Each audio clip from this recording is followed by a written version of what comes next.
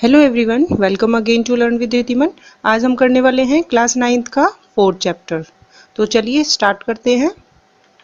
Question number 1, दक्षिण भारत में वीर शैव मत की शुरुआत हुई व इसके अनुयायी क्या कहलाते थे। दक्षिण भारत में किस मत की शुरुआत हुई थी? वीर शैव मत की। तो जो उनके अनुयायी थे वो क्या कहलाते थे? The right answer is Lingayat. क्या कहलाते थे? लिंगायत। क्वेश्चन नंबर 2, लिंगायत किसमें विश्वास रखते थे? लिंगायत किसमें विश्वास रखते थे? द राइट आंसर इज अहिंसा में। नेक्स्ट है क्वेश्चन नंबर 3, शंकराचार्य ने 4 मठ कहाँ स्थापित किए? शंकराचार्य ने जो भक्ति आंदोलन के जनक माने जाते हैं, तो उन्होंने 4 मठ, या फिर इस तरीके से पूछा जा सकता है कि उन्होंने 4 पीठ जो थी वो कहाँ स्थापित की। तो the right answer is first Badrinath में, सेकंड पुरी में, थर्ड द्वारिका में और लास्ट श्रृंगेरी में। ठीक है, तो ये चीज़ आपको याद रखनी है क्योंकि ये बहुत ज़्यादा इम्पोर्टेंट क्वेश्चन है और आपके एग्जाम में आने की पूरी संभावना है।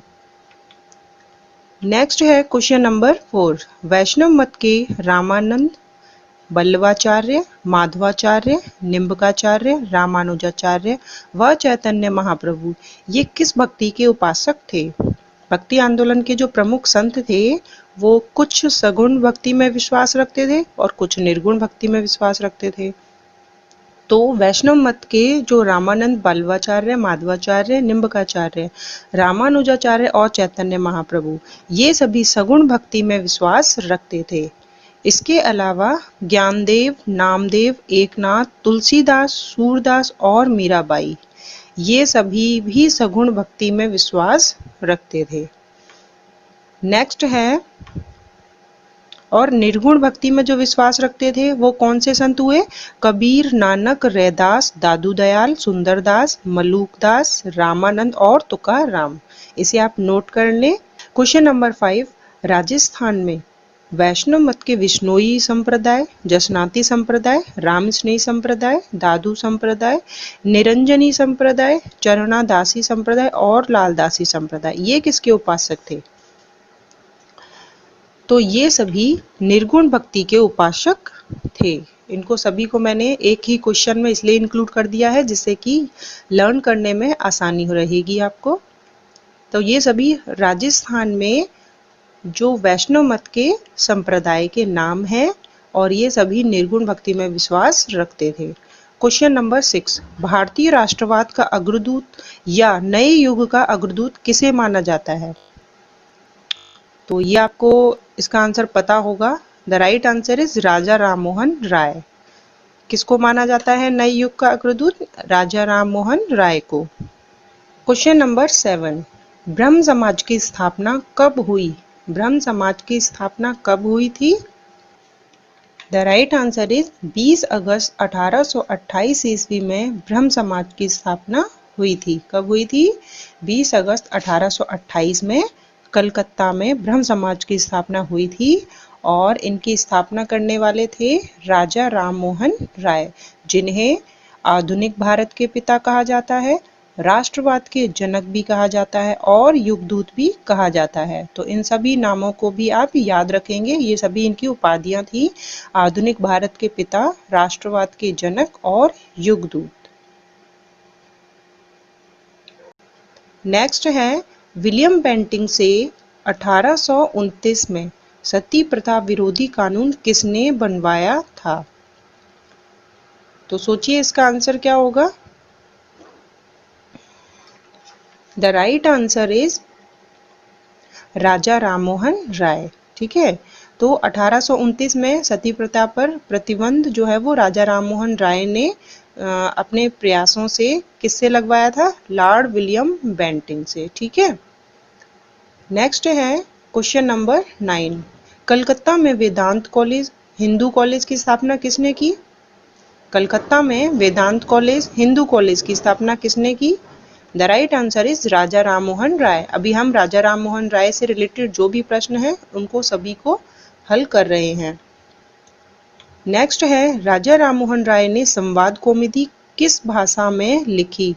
राजा राममोहन राय ने संवाद कौमुदी किस भाषा में लिखी थी? तो भारतीय पत्रकारिता के जो अग्रदूत थे राजा राममोहन राय, उन्होंने संवाद कौमुदी जो है वह 1821 ईस्वी में बांग्ला भाषा में लिखी थी। इसके अलावा 1822 में एक साल बाद मिरात उल अखबार फारसी भाषा में लिखा था और उसी वर्ष 1822 में ब्रह्मनिकल मैगनीज जो है वो अंग्रेजी भाषा में लिखी थी। दोबारा से रिपीट कर देते हैं। 1821 में संवाद कौमुदी बांग्ला भाषा में, 1822 में मिरात उल अखबार फारसी भाषा में, 1822 में ही ब्रह्मनिकल मैगनीज अंग्रेजी भाषा में। ठीक है, तो इस चीज को आप याद रखिएगा। नेक्स्ट क्वेश्चन पर चलेंगे। राजा राममोहन राय की मृत्यु कब हुई थी? राजा राममोहन राय की मृत्यु कब हुई थी? तो देखिए, राजा राममोहन राय का जन्म जो है वो 1774 ईस्वी में वर्धमान कलकत्ता में ही हुआ था और कलकत्ता में ही ब्रह्म समाज की उन्होंने स्थापना की थी। लेकिन उनकी मृत्यु जो है वो 1883 में इंग्लैंड में ब्रिस्टल नगर में हुई थी। भारत में नहीं हुई थी, इंग्लैंड में ब्रिस्टल नगर में हुई थी। नेक्स्ट है, राजा राममोहन राय की मृत्यु के बाद ब्रह्म समाज को आगे किसने बढ़ाया? राजा राममोहन राय की मृत्यु के बाद ब्रह्म समाज को किसने आगे बढ़ाया? The right answer is Devendra Nath Tagore और केशव चंद्र सेन। किसने? देवेंद्र नाथ टैगोर और केशव चंद्र सेन ने। Next question number 13। प्रार्थना समाज की स्थापना आत्माराम पांडुरंग ने 1867 में किसके प्रभाव से की? प्रार्थना समाज की स्थापना जो है वह आत्माराम पांडुरंग ने की थी 1867 में। ठीक है, ये चीज याद रखनी है। लेकिन किसके प्रभाव से स्थापना की थी? राइट आंसर इज ब्रह्म समाज के प्रभाव से। किसके प्रभाव से की थी? ब्रह्म समाज के प्रभाव से। नेक्स्ट है, स्वामी दयानंद का जन्म कब हुआ? स्वामी दयानंद का जन्म कब हुआ था, जिन्होंने आर्य समाज की स्थापना की थी? द राइट आंसर इज 1824 ईस्वी में एक ब्राह्मण समाज रूढ़िवादी परिवार में गुजरात के भौरवी प्रांत के टंकारा जिले में स्वामी दयानंद का जन्म हुआ था। इनके जो बचपन का नाम था वो कई बार एग्जाम में पूछ लिया जाता है। बचपन का नाम क्या था? मूलशंकर। स्वामी दयानंद जी के बचपन का नाम था मूलशंकर। नेक्स्ट है, चूहे को शिवलिंग पर चढ़कर प्रसाद खाते देख मूर्ति पूजा में विश्वास किसका उठ गया था? तो वो थे स्वामी दयानंद सरस्वती। नेक्स्ट है, वे प्रथम व्यक्ति जिन्होंने हिंदी को राष्ट्रभाषा के रूप में मान्यता दी। वे प्रथम व्यक्ति जिन्होंने हिंदी को राष्ट्रभाषा के रूप में मान्यता दी। The right answer is Swami Dayanand Saraswati. Next है,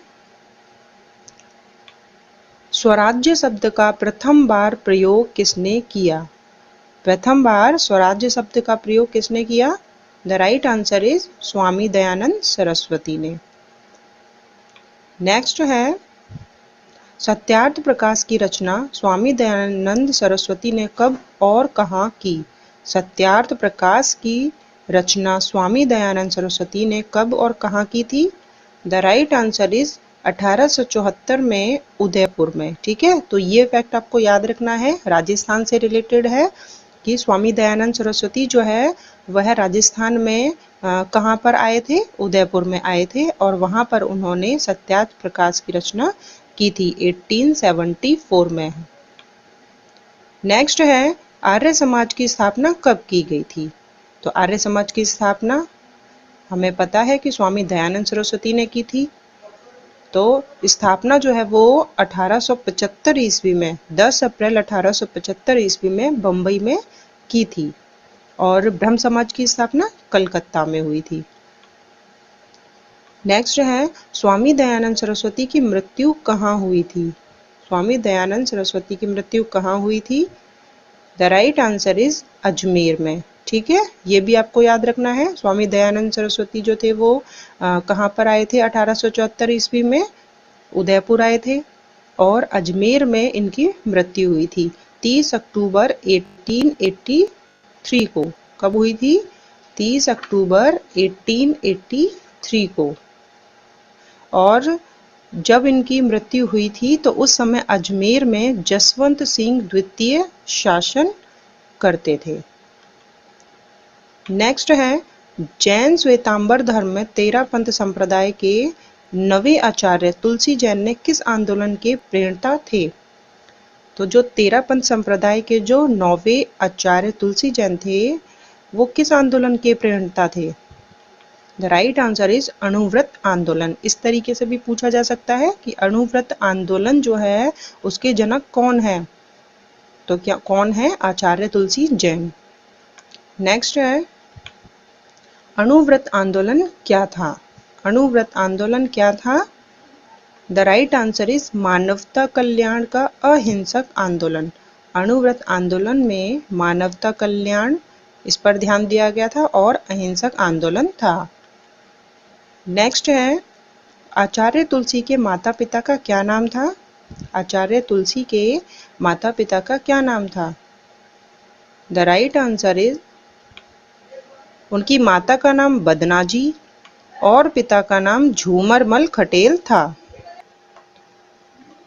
नेक्स्ट क्वेश्चन पर चलेंगे। Question number 24। आचार्य तुलसी जैन का जन्म कहाँ हुआ था? The right answer is Rajasthan में हुआ था, नागौर जिले में। और किस गांव में? लांडनू गांव में 1971 ईस्वी में हुआ था। Question number 25। आचार्य तुलसी जैन ने दीक्षा किससे ली थी? यानी उनके गुरु का क्या नाम था जिनसे उन्होंने दीक्षा ली थी? द राइट आंसर इज अष्टमाचार्य कालूगढ़ी से। किससे ली थी? अष्टमाचार्य कालूगढ़ी से। Question number 26। अणुव्रत में कितने नियमों की जानकारी दी गई है? अब ये क्वेश्चन एग्जाम में पूछने के दृष्टिकोण से बहुत इंपॉर्टेंट है। अणुव्रत में कितने नियमों की जानकारी दी गई है? द राइट आंसर इज 75 नियमों की जानकारी दी गई है। तो ये था आपका 9th क्लास का चैप्टर। तो मिलते हैं, इसी तरीके से हम कंप्लीट करेंगे सभी चैप्टर्स को। Thank you.